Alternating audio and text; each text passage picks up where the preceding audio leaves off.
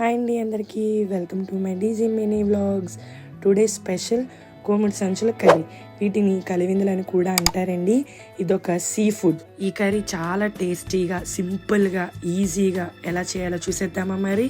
పొయ్యి మీద కడాయి పెట్టుకొని ఆయిల్ వేసుకొని 4 పచ్చిమిరపకాయలు, 1 కప్ ఉల్లిపాయ ముక్కలు వేసుకొని బాగా ఎర్రగా ఫ్రై చేసుకోవాలి. ఉల్లిపాయ ముక్కలు బాగా వేగిన తరువాత అందులోనే 1 స్పూన్ అల్లం వెల్లుల్లి పేస్ట్ కూడా వేసుకొని బాగా ఫ్రై చేసుకోవాలి. తరువాత చిన్నగా కట్ చేసుకున్న టమాటా ముక్కలు, కొంచెం సాల్ట్ వేసుకొని మూత పెట్టుకొని బాగా పెట్టుకోవాలి.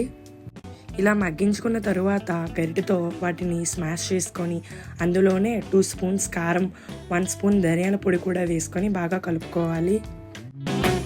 ఇలా వేగించుకున్న తరువాత మనం ముందుగా క్లీన్ చేసి కట్ చేసి పెట్టుకున్న కలివిందులను కూడా అందులో వేసుకొని కలిపేసుకుందాం.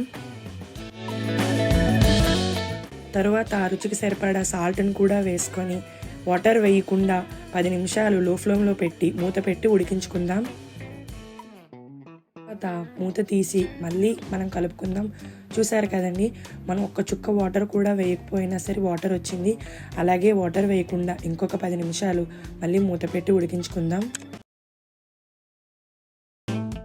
చూసారు కదండి, కూర అంతా ఇలా దగ్గర పడిన తర్వాత ఇందులో కొంచెం కొత్తిమీర వేసుకొని ఇంకొక 2 నిమిషాలు దగ్గర పడేంత వరకు ఉంచుదాం.